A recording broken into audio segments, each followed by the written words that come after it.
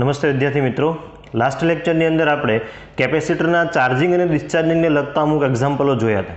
એના પછી બેટરીને તમે જ્યારે કેપેસિટર સાથે જોઈન કરો છો તો એ દરમિયાન બેટરીમાંથી અમુક વિદ્યુતભાર કેપેસિટરમાં જાય છે અથવા તો કેપેસિટરમાંથી અમુક વિદ્યુતભાર બેટરીમાંથી પસાર થાય છે. તો આ દરમિયાન બેટરી દ્વારા કેટલું કાર્ય થયું હશે તે અને આ પ્રક્રિયાની અંદર ઉષ્મા સ્વરૂપે કેટલી ઉર્જાનો વ્યય થાય છે આની વાત આપણે કંઈક કરી હતી.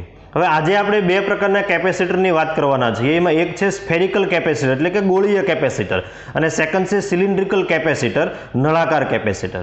અને લેક્ચરના અંતમાં આપણે ડાઇલેક્ટ્રિક સબસ્ટન્સ એટલે કે અવાહક પદાર્થો એની વર્તણૂક કેવી હોય છે જ્યારે તમે એને બાહ્ય ઇલેક્ટ્રિક ફિલ્ડમાં મૂકો છો અને કેપેસિટરમાં એનું શું મહત્વ છે આ ટોપિક પર વાત કરીશું. તો આપણે શરૂઆત કરીએ ગોળીય કેપેસિટર. વધારાના સ્વાધ્યાયની અંદર ગોળીય કેપેસિટરના બે દાખલાઓ આપેલા છે. એમાં એક દાખલો જે છે એ ગોળીય કેપેસિટરના કેપેસિટન્સનું સૂત્ર તારવવાનો છે. જો ગોળાનું કેપેસિટન્સ નથી કહેતો, ગોળીય કેપેસિટર કહું છું, જેમાં આપણી પાસે બે કવચ હશે અથવા એક ગોળો ને એક કવચ હશે. તો સ્વાધ્યાયનો દાખલા નંબર જો તમે 2.29, આમ તો જે એક્ઝામ્પલ છે એ વધારાના સ્વાધ્યાયની અંદર છે એટલે આપણા માટે બોર્ડ માટે કંઈ મહત્વનું નથી, પણ કોમ્પિટિટિવ એક્ઝામ માટે મહત્વનો છે એટલે આપણે જોઈએ. 2.29 નંબરનો દાખલો જુઓ. ગોળાકાર કેપેસિટરમાં બે સમકેન્દ્રીય ગોળાકાર સુવાહકોને યોગ્ય અવાહક ટેકાઓ વડે તેમના સ્થાનો પર જકડી રાખેલા હોય છે. અહીંયા આગળ મેં બે સુવાહક દર્શાવેલા છે, એક અંદર જેની ત્રિજ્યા R2 છે, એક બહાર જેની ત્રિજ્યા R1 છે. બરાબર, હવામાં નથી લટકી શકવાના એટલે એને અવાહક સ્ટેન્ડ દ્વારા આપણે સપોર્ટથી રાખેલા હોય છે. દર્શાવો કે ગોળાકાર કેપેસિટરનું capacitance 4πε0 R1 into R2 divided by R1 minus R2 વડે અપાય છે, જે R1 અને R2 અનુક્રમે બહારના અને અંદરના ગોળાઓની ત્રિજ્યાઓ છે. ઓકે, આપણી પાસે જે કેપેસિટર છે, ગોળીય કેપેસિટર કેવી રીતે બને? આગળ મેં તમને સમાંતર પ્લેટ કેપેસિટરની વાત કરી હતી, જેમાં બે પ્લેટ હોય અને વચ્ચે કંઈક માધ્યમ હશે. દર વખતે હોય જેવું જરૂરી નથી, નહીં હોય તો આપણે માધ્યમ તરીકે શૂન્યાવકાશ લઈ લઈશું. સેમ કોન્સેપ્ટ અહીંયા લાગુ પડે છે. આપણી પાસે બે સુવાહક હોવા જોઈએ, કેમ કે કેપેસિટર શું છે? બે સુવાહક વડે બનતી રચના. જો એક જ સુવાહક હોય તો બીજું આપણે ક્યાં ધારીએ છીએ? અનંત અંતરે ધારીએ છીએ. તો અહીંયા આગળ બે સુવાહક કયા કયા? એક R1 ત્રિજ્યાનો અને એક R2 ત્રિજ્યાનો. તમે ગોળો કહી શકો અથવા કવચ કહી શકો. બરાબર, અને બહારની છે તો કવચ છે, અંદર જગ્યા ખાલી રાખવી પડે. હવે આ કેસની અંદર આપણે શું કરવાના છે એ જુઓ તમે. જે બહારની કવચ છે એને આપણે ગ્રાઉન્ડ કરવાના છે બહારથી. શું કામ એ પણ આપણે જોઈએ. બીજી પ્રોસેસ સાથે સાથે કઈ કરવાના છે તો કે અંદરની જે કવચ છે અથવા તો અંદરનો ગોળો, ત્યાં ધારો કે આપણે +q જેટલો ચાર્જ આપીએ, પોઝિટિવ ચાર્જ આપીએ +q જેટલો. આ ટોટલ ચાર્જ છે. હવે કવચ તો સુવાહક છે, કેમ કે પ્લેટ તો સુવાહક રાખવાની છે કેપેસિટરમાં, તો વિદ્યુતભારનું પ્રેરણ થશે. અહીંયા આગળ +q છે એટલે બહારની જે કવચ છે એની અંદરની સપાટી પર કયો વિદ્યુતભાર પ્રેરિત થશે તો કે માઇનસ કેટલા મૂલ્યનો? તો કે q મૂલ્યનો જ. એટલે અહીંયા આગળ કયો વિદ્યુતભાર પ્રેરિત થશે? માઇનસ પ્રેરિત થશે. અચ્છા, એ માઇનસ કેટલા મૂલ્યનો હશે? તો કે -q. બહાર કેટલો હશે? તો કે +q. આ તમે ઇલેક્ટ્રોસ્ટેટની અંદર ભણી ગયા છો. તમે જેવો અહીંયા +q વિદ્યુતભાર મૂકો અંદરની કવચ પર, બહારની સપાટી પર, એટલે બહારનો જે કવચ છે એની અંદરની સપાટી પર -q પ્રેરિત થશે અને બહાર કયો થશે? +q પ્રેરિત થશે. હવે જેવું તમે બહારની કવચની સપાટીને ગ્રાઉન્ડ કરો એટલે શું કરે તો કે ગ્રાઉન્ડમાંથી ઇલેક્ટ્રોન ક્યાં જશે? તો કે આ કવચની બહારની સપાટી પર. અને કયા વિદ્યુતભારને તટસ્થ કરી નાખશે? તો કે આ +q તમને જે દેખાય છે આ કેવો થઈ જશે? તટસ્થ થઈ જશે. તો કેપેસિટરમાં શું હોય છે? બે સમાન મૂલ્યના વિરુદ્ધ પ્રકારના વિદ્યુતભારો હોય છે જે અમુક અંતરે રહેલા હોય છે. ચેક કરી લો. અહીંયા આ +q, હું રાઉન્ડ પણ કરું એટલે તમને ખ્યાલ આવે. આ +q અને આ -q, બંને વચ્ચે કંઈક અંતર પણ છે, પણ ડાયરેક્ટ આપણે અંતર લઈ શકવાના નથી, કેમ કે પ્લેટનો આકાર બદલાઈ ગયો છે. અહીંયા ગોળાકાર આકાર આપણી પાસે છે, જ્યારે સમાંતર પ્લેટ કેપેસિટરમાં એક સમતલ હતું તો ત્યાં આપણને મળ્યું હતું C = ε0a/d. તો અહીંયા આપણે એ જોવાનું છે કે આપણને શું ઇક્વેશન મળવાનું છે. બેઝિકલી કેપેસિટન્સ છે એનું સમીકરણ શું થાય? તો આપણે કંઈક આવી વાત કરી હતી કે C = q/v. v એટલે શું? બે પ્લેટ વચ્ચેનો પોટેન્શિયલ ડિફરન્સ. તો અહીંયા આગળ પ્લેટ નથી આપણી પાસે, કવચ છે. તો બે કવચ વચ્ચેનો પોટેન્શિયલ ડિફરન્સ આપણે કહી શકીએ. તો બે પોઈન્ટ હું તમને આપી દઉં. આ બંને પોઈન્ટ છે, એક પોઈન્ટ હું લઈશ અંદરની કવચ પર એટલે અંદરની પ્લેટ પર અને બહારની પ્લેટ પર. તો ધારો કે એક પોઈન્ટ આપણે લઈએ આ પોઈન્ટ ધારો કે કહીએ A અને એક પોઈન્ટ લઈએ અહીંયા આગળ, ત્યાં આપણે કહીએ B. તો A અને B વચ્ચેનો જે ડિફરન્સ છે એ V, આપણે બહારથી કેટલો વિદ્યુતભાર આપ્યો છે Q. તો મારે હવે ખાલી ફાઇન્ડ કરવાનો V જ, Q તો આપણે આપેલો જ છે. ઓકે, તો આપણે A પોઈન્ટ પર સૌપ્રથમ સ્થિતિમાન ફાઇન્ડ કરીએ. તો A પરનું સ્થિતિમાન, અચ્છા એને આપણે VA કહીએ. કેટલા વિદ્યુતભાર છે જો સિસ્ટમની અંદર? બે જ વિદ્યુતભાર, પ્લસ Q અને માઇનસ Q. બહારનો પ્લસ Q તો હવે કેવો થઈ ગયો છે? તટસ્થ થઈ ગયો છે ઇલેક્ટ્રોન ગ્રાઉન્ડમાંથી આવવાથી. તો હવે આ પ્લસ Q ને કારણે આ A પોઈન્ટ પાસે સ્થિતિમાન શું? તો કે ગોળાની સપાટી પરના સ્થિતિમાનનું સૂત્ર તમે યુઝ કરી શકો. એટલે શું થઈ જશે? A પોઈન્ટ પર આ R2 ના કારણે એટલે કે પ્લસ Q ના કારણે સ્થિતિમાનનું સૂત્ર શું છે? KQ divide by distance. તો ગોળાની સપાટી પર સ્થિતિમાન માટે ગોળાની ત્રિજ્યા લઈ લો, કેટલી થઈ જશે? R2 પ્લસ હવે આ A પોઈન્ટ પર આ જે બહારની કવચ પરનો માઇનસ Q વિદ્યુતભાર છે એના કારણે સ્થિતિમાન. તો કવચની અંદર સ્થિતિમાન કોના જેટલું હોય? કવચની સપાટી જેટલું. આવું તમે ઇલેક્ટ્રોસ્ટેટિકની અંદર ભણ્યા. ફરી રિપીટ કરું, આ A પોઈન્ટ છે એ માઇનસ Q માટે તો અંદરનો પોઈન્ટ થયો, કવચની અંદરનો પોઈન્ટ, અને કવચની અંદર સ્થિતિમાન કેટલું હોય? કવચની સપાટી જેટલું. એટલે કેટલું થઈ જશે? તો કે K વિદ્યુતભાર કયો છે? માઇનસ Q ડિવાઇડ બાય ત્રિજ્યા કેટલી છે એની? R1. સપાટીનું સ્થિતિમાન થઈ ગયું. તો આપણે આનું જો સાદુરૂપ આપીએ તો આ મને મળી જશે KQ બ્રેકેટમાં 1 divide by R2 minus 1 divide by R1.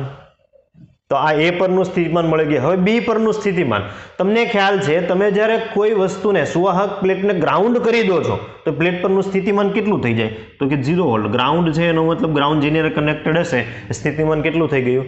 0 volt. તમે જો ગણશો ને તો પણ એ 0 વોલ્ટ જ આવશે. દાખલા તરીકે આ પ્લસ Q ને કારણે આ B પોઈન્ટ પાસે સ્થિતિમાન, તો પ્લસ Q માટે આ B પોઈન્ટ છે બહારનો પોઈન્ટ થયો, તો એ શું થઈ જશે? KQ divide by R1. પછી માઇનસ Q ને કારણે તો સપાટી પરનો પોઈન્ટ થઈ ગયો, તો KQ ડિવાઇડ બાય R1 બંને કેન્સલ થઈ જશે. ચલો આપણે જે મેથડ અહીંયા યુઝ કરીએ એ જ મેથડ યુઝ કરીએ. VB તમે ડાયરેક્ટ લખી દો તો પણ ચાલે, યાદ રાખવાની કઈ જરૂર નથી. જે ફાઇનલ સમીકરણ આવી જ આપણે યાદ રાખવાનું છે. ઓકે, પ્લસ Q ને કારણે B પોઈન્ટ પર સ્થિતિમાન કેટલું થઈ જશે? તો KQ, B point plus Q માટે બહારનો પોઈન્ટ છે તો કેટલા અંતરે છે? R1 અંતરે થઈ જશે. માઇનસ KQ, આ માઇનસ Q માટે તો સપાટી પરનો પોઈન્ટ, તો સપાટી પરનું સ્થિતિમાન KQ ડિવાઇડ બાય ત્રિજ્યા કેટલી છે? R1 ઇક્વલ ટુ શું થઈ જાય? 0. એમ એ સમજી શકો છો કે ગ્રાઉન્ડ કરેલું છે તો વોલ્ટેજ કેટલા હોય? 0 જોવાના છે. તો હવે આ બંને પોઈન્ટ વચ્ચે ડિફરન્સ કેટલો થઈ ગયો વોલ્ટેજનો? તો આપણે અહીંયા લખી શકીએ વિદ્યુત સ્થિતિમાનનો તફાવત VA માઇનસ VB. તો આ તો 0 છે એટલે ડાયરેક્ટ કેટલો થઈ જશે? KQ 1 divide by R2 minus 1 divide by R1. તો પોટેન્શિયલ ડિફરન્સ આપણને મળી ગયો છે બંને. ઘણીવાર અહીંયા સુધીનો દાખલો પણ એક્ઝામની અંદર આવે છે. આપણે ફાઇન્ડ શું કરવું છે? કેપેસિટન્સ. તો capacitance C is equal to શું થઈ જાય? આપેલો વિદ્યુતભાર છેદમાં વિદ્યુત સ્થિતિમાનનો તફાવત. આપેલો વિદ્યુતભાર કેટલો? Q. વિદ્યુત સ્થિતિમાનનો તફાવત કેટલો? KQ 1 divide by R2 minus 1 divide by R1. આને થોડું આપણે સિમ્પ્લિફાય કરીએ તો જો આ Q અને Q તો કેન્સલ થઈ જશે. પછી K એટલે 1/4πε0, છેદનો છેદ ક્યાં જતો રહેશે? અંશમાં. તો મને અહીંયા આગળ શું મળે? આ K ની કિંમત મૂકીશું 1/4πε0, તો 4πε0 અંશમાં જતું રહ્યું. અહીંયા R1 R2 આપણે લસા લઈએ તો છેદનો છેદ ફરી ક્યાં જતો રહે છે? અંશમાં. તો આ થઈ જશે R1 R2 ડિવાઇડ બાય આ R1 છે અહીંયા ગુણાશે, R2 છે સામે ગુણાશે, એટલે અહીંયા થઈ જશે R1 માઇનસ R2. તો આ આપણને જે સમીકરણ મળ્યું છે એ ગોળીય કેપેસિટરના કેપેસિટન્સનું સમીકરણ છે. જેવી રીતે તમે બે સમાંતર પ્લેટ માટે કયા સમીકરણો યુઝ કરતા હતા? C is equal to ε0 A divide by D. એક જ ગોળો હોય તો કેપેસિટન્સનું સૂત્ર શું થતું હતું? 4πε0R. તો અહીંયા આગળ જ્યારે બે ગોળા હોય, બે ગોળીય કવચ હોય, તો એ જે કેપેસિટર રચે એને કહેવાય ગોળીય કેપેસિટર, અને એના કેપેસિટન્સનું સૂત્ર શું? 4πε0 R1 R2 divide by R1 minus R2. અહીંયા પણ વચ્ચેનું માધ્યમ મેં અત્યારે શું ધારેલું છે? તો કે શૂન્યાવકાશ જ ધારેલું છે. અત્યારે શું ધાર્યું છે મેં? શૂન્યાવકાશ. ધારો કે કોઈ માધ્યમ છે તો કે ડાયલેક્ટ્રિક અચળાંક ધરાવતું, તો આ કેપેસિટન્સ કેટલા ગણું થઈ જાય? કે ગણું થઈ જશે. એટલે ઇન્ટુ શું તમારે કરી દેવાનો છે? કે કરી દેવાનો છે. તો યાદ રાખવા માટે બહુ સિમ્પલ છે. 4πε0 અંશમાં ત્રિજ્યાનો ગુણાકાર છેદમાં ત્રિજ્યાનો તફાવત. R1 R2 યાદ રાખવાની જરૂર નથી. એક ત્રિજ્યા મોટી હશે, એક ત્રિજ્યા નાની હશે. કેપેસિટન્સ ક્યારેય ઋણ ન હોય, એટલે તમારે આ યાદ નથી રાખવાનું કે R1 માઇનસ R2 કે R2 માઇનસ R1. ત્રિજ્યાનો ડિફરન્સ, અને ડિફરન્સ હંમેશા પોઝિટિવ હોય. તો સરખી રીતે નોટ ડાઉન કરો, પછી આના આગળનું એક્ઝામ્પલ આપણે જોઈએ. આગળનું એક્ઝામ્પલ 2.30 વધારાના સ્વાધ્યાયમાં છે, એટલે આ પણ બોર્ડ માટે મહત્વનો નથી, પણ કોમ્પિટિટિવ એક્ઝામ માટે ફરી મહત્વનો. એક ગોળાકાર કેપેસિટરના અંદરના ગોળાની ત્રિજ્યા 12 સેન્ટીમીટર અને બહારના ગોળાની ત્રિજ્યા 13 સેન્ટીમીટર છે. હમણાં તમને જે મેં દાખલો સમજાવ્યો એ પ્રમાણે મેં ડેટા લખ્યો છે. R1 અને R2 સેન્ટીમીટરમાંથી મીટરમાં એને કન્વર્ટ કરી દીધી છે. બહારના ગોળાનું અર્થિંગ કરી દીધેલું છે. તો સેમ કેસ મેં આગળ પણ કયા ગોળાનું અર્થિંગ કરેલું હતું? બહારના ગોળાનું અર્થિંગ કરેલું હતું. અને અંદરના ગોળા પર 2.5 માઇક્રોકુલમ વિદ્યુતભાર આપેલ છે. તો Q is equal two 2.5 માઇક્રોકુલમ. Micro એટલે 10⁻⁶. બે સમકેન્દ્રીય ગોળાઓ વચ્ચેના અવકાશને ડાયલેક્ટ્રિક અચળાંક 32 ધરાવતા પ્રવાહી વડે ભરી દીધેલ છે. ફેર કેટલો? આગળના દાખલામાં વચ્ચે શૂન્યાવકાશ હતો, અહીંયા કોઈક ડાયલેક્ટ્રિક પદાર્થ રાખી દીધો છે. તો 3 પ્રશ્નો આપણને કરવામાં આવ્યા છે. પહેલો પ્રશ્ન છે કેપેસિટરનું કેપેસિટન્સ શોધો. બરાબર છે, તો ગોળીય કેપેસિટર, તો એ option capacitance C is equal to શું થઈ જશે? જો આપણી પાસે શૂન્યાવકાશ હોત તો 4πε0 આપણે શું કરે? 4πε0 અંશમાં ત્રિજ્યાનો ગુણાકાર છેદમાં ત્રિજ્યાનો ડિફરન્સ R1 માઇનસ R2. જો શૂન્યાવકાશ હોત તો. પણ અહીંયા આગળ આપણી પાસે માધ્યમ કયું છે? તો કે કોઈ ડાઇલેક્ટ્રિક માધ્યમ છે. તો આ કેપેસિટન્સ કેટલા ગણું થઈ જશે? કે ગણું થઈ જશે. સેમ જે આગળ તમને મેં થિયરી સમજાવી હતી કે બે પ્લેટ વચ્ચે આપણે કોઈ માધ્યમ રાખીએ તો કેપેસિટન્સ કે ગણું થઈ જાય. ઓકે, તો બધાની વેલ્યુ આપણે મૂકીએ તો કે કેટલા છે? 32. જનરલી આ કે મૂકવાનું ભૂલાઈ જતું હોય છે. બરાબર, આપણા મનની અંદર 4πε0 R1 R2 divide by R1 minus R2 હોય છે. કે ભૂલી જશો તો આગળની જે ક્વેશ્ચન છે જે આના પર ડિપેન્ડન્ટ હોય એ પણ આપણે ખોટા પડવાના છે. પછી 4π into ε0 8.85 into 10⁻⁻12 R1 into R2 એટલે 0.13 ગુણ્યા 0.12 હોલ ડિવાઈડ બાય બંનેનો ડિફરન્સ, તો 0.13 માઇનસ 0.12. એટલે આ કેપેસિટન્સનું જો તમે સાદુરૂપ આપો તો એ તમને મળી જશે 5.5 ગુણ્યા 10⁻⁹ ફેરાડે, એટલે આપણે લખી શકીએ 5.5 નેનો ફેરાડે. બરાબર, આપણે એ ઓપ્શનનો આન્સર. પછી બી ઓપ્શન એવો કરવામાં આવ્યો છે અંદરના ગોળાનું સ્થિતિમાન કેટલું હશે? બરાબર, અહીંયા હું જો આકૃતિ ડ્રો કરું તો એ લાસ્ટ આપણે ડ્રો કરીએ એના જેવી જ હશે. બરાબર, બહારના ગોળાને તમે સરફેસ ને અર્થ કરી દો છો તો અહીંયા પ્લસ કયો છે અને અહીંયા કયો કયો છે? માઇનસ કયો છે. અંદરના ગોળા પરનું સ્થિતિમાન, તો આપણી પાસે કેપેસિટન્સ તો ઓલરેડી છે જ, આપણે સ્થિતિમાન જોઈએ છે. કેપેસિટન્સ આપણી પાસે છે તો આપણે ઉપયોગ કરી શકીએ Q is equal two CV નો સ્થિતિમાન. તો V ઇઝ ઇક્વલ ટુ શું થઈ જશે? Q divide by C. Q is equal to C into V. આ ગોળાને આપણે જે વિદ્યુતભાર આપીએ એનું સમીકરણ લખવું તો આપણે આ લખી શકીએ. હવે Q તો આપણી પાસે છે કેટલો? 2.5 ગુણ્યા 10⁻⁶ માઇક્રોને મેં કન્વર્ટ કરી દીધા, ડિવાઈડ બાય C. તો કેપેસિટન્સ તો આપણી પાસે છે, હમણાં ફાઇન્ડ કર્યું 5.5 ગુણ્યા 10⁻⁹. તો આ કેલ્ક્યુલેશન છે એ સમથિંગ વોલ્ટ છે, કેલ્ક્યુલેશન છે હોમવર્કમાં તમે જોઈ લેજો. તો આ સ્થિતિમાન છે V is equal to Q by C. આના સિવાયનું બીજું એક સૂત્ર જો તમારે યુઝ કરવું હોય તો કયું કરી શકો? જે આગળના દાખલામાં મેં આ પોઈન્ટ પાસે એ પોઈન્ટ કીધો હતો, આને આ એ પરનું જે સ્થિતિમાનનું સૂત્ર લગાવ્યું તો એનો પણ તમે યુઝ કરી શકો છો. ત્રીજો ઓપ્શન જુઓ, આ કેપેસિટરના કેપેસિટન્સને 12 સેન્ટીમીટર ત્રિજ્યાના અલગ કરેલા ગોળાના કેપેસિટન્સ સાથે સરખાવો. આપણને અત્યારે કેપેસિટન્સ કેટલું મળે છે? 5.5 નેનો ફેરાડે. આને કોની સાથે સરખાવવાનું છે? તો કે એક જ ગોળો છે જેની ત્રિજ્યા કેટલી છે? 12 સેન્ટીમીટર અને અલગ કરેલો છે, તો એનું કેપેસિટન્સ કેટલું થાય આપણે એ પહેલા ફાઇન કરી લઈએ. તો સી ઓપ્શન આપણી પાસે છે, ગોળાનું કેપેસિટન્સ. ગોળાનું capacitance. Okay, C is equal to શું થાય? 4 પાઈ એપ્સાઇલોન નોટ આર. તો 4 પાઈ એપ્સાઇલોન એટલે 8.85 ઇન્ટુ 10⁻⁻12 અને ત્રિજ્યા આપણને કેટલી આપી છે? 12 સેન્ટીમીટર, તો 0.12 મીટર થઈ જશે. ઓકે, આનું સાદુરૂપ જો આપીએ તો એ આપણને મળી જશે 1.3 ઇન્ટુ 10⁻11 ફેરાડે, એટલે કે 0.013 ઇન્ટુ 10⁻9 ફેરાડે, એટલે કે 0.013 નેનો ફેરાડે. આમ લખી શકીએ આપણે. નેનો ફેરાડેમાં કન્વર્ટ કરવાનું કારણ શું છે? મારા સરખામણી કરવી છે, તો તમને ખ્યાલ આવવાનો છે ને કે કયું વધારે છે કયું ઓછું છે. તમને એવું કહેવામાં આવ્યું છે કે અલગ ગોળા માટે એનું મૂલ્ય કેમ નાનું છે એ સમજાવવાનું છે. આ અલગ કરેલા ગોળાનું કેપેસિટન્સ છે, એનું કેપેસિટન્સ જો 0.013 મળે છે, તો એ નાનું મળવાનું કારણ કેમ આની સાપેક્ષે? તો મેં તમને ત્યારે પણ વાત કરી હતી, તમારે કોઈ પણ કેપેસિટરની કેપેસિટીમાં વધારો કરવો છે તો તમારી પાસે ઓપ્શન 2 છે. એક તો ગોળો જે હોય એની આજુબાજુ એવું માધ્યમ તમે પસંદ કરો જેની ડાયલેક્ટ્રિક સ્ટ્રેન્થ ખૂબ મોટી હોય, એટલે એનું આયનીકરણ ઝડપથી ન થાય. સેકન્ડ કયો કેસ છે? તો તમારો ગોળો છે એની બાજુમાં તમે બીજો ગોળો લાવી દો, તો શું થશે?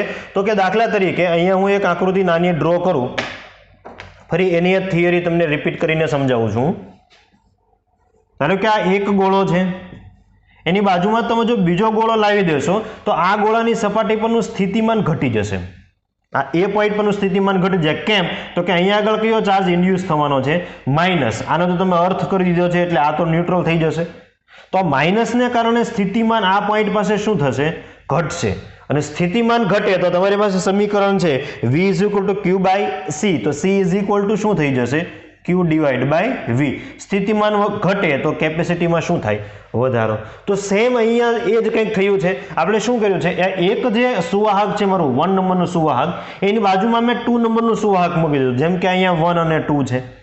એનાથી શું થશે? તો કે જ્યારે આ એક જ સુવાહક હોય ત્યારે જે આ એ પોઈન્ટ પર આપણે સ્થિતિમાન મળે એના કરતાં બીજું સુવાહક મૂકો ત્યારે સ્થિતિમાનમાં શું થાય? ઘટાડો. અને સ્થિતિમાનમાં ઘટાડો થાય તો કેપેસિટીમાં શું થાય? વધારો. અને કેપેસિટી વધે એનો મતલબ જ એમ થાય કેપેસિટન્સ વધ્યું. તો આ કારણોસર આપણને ગોળાનું કેપેસિટન્સ છે ઓછું મળે અને જે ગોળીય કેપેસિટરનું કેપેસિટન્સ છે એ કેવું મળે? વધારે મળે. તો સરખી રીતે નોટ ડાઉન કરો, પછી આગળ જોઈએ. આગળ વધીએ થોડા કોમ્પ્લિકેશનમાં. અત્યાર સુધી તમે જે ગોળીય કેપેસિટર ભણ્યા એમાં મેં બહારની જે કવચ હતી એની બહારની સપાટી છે એ અર્થ કરી હતી. હવે આપણે શું કરવાના છે? આપણી પાસે 2 કવચ છે, R1 ત્રિજ્યા અને R2 ત્રિજ્યા. 4 કવચ નથી. આ એક કવચ એની અંદરની સપાટી દર્શાવી છે, બહારની સપાટી દર્શાવી છે. બીજી કવચ અંદરની સપાટી દર્શાવી, બહારની સપાટી દર્શાવી. હવે તમારે શું કરવાનું છે? તો કે અંદરની જે કવચ છે એની અંદરની સપાટી ગ્રાઉન્ડ કરવાની છે. જો ગમે તે સપાટી આપણે ગ્રાઉન્ડ ન કરી શકીએ, ગ્રાઉન્ડ કર્યા પછી કેપેસિટર પાછું બનવું જોઈએ. બરાબર? તમને મન થાય કે તમે સપાટીને ગ્રાઉન્ડ કરી દો, એમ ન ચાલે. તો અત્યારે જે મેં તમને કીધું છે અંદરની કવચની અંદરની સપાટી ગ્રાઉન્ડ કરવાની છે. તો અંદરની કવચ અને અંદરની સપાટી ગ્રાઉન્ડ કરીએ આપણે. ગ્રાઉન્ડ કરીએ એનો મતલબ ત્યાંનું સ્થિતિમાન કેવું થઈ જશે? 0 થઈ જશે. એના પરનો વિદ્યુતભાર કેવો હશે? તટસ્થ હશે. હવે આપણે શું કરવાનું છે? તો કે બહારની સપાટી પર ધારો કે આપણે q જેટલો વિદ્યુતભાર પ્લેસ કરીએ. બહારનો જે કવચ છે એના પર q જેટલો વિદ્યુતભાર પ્લેસ કરીએ તો વિદ્યુતભાર 2 જગ્યાએ વિતરિત થશે.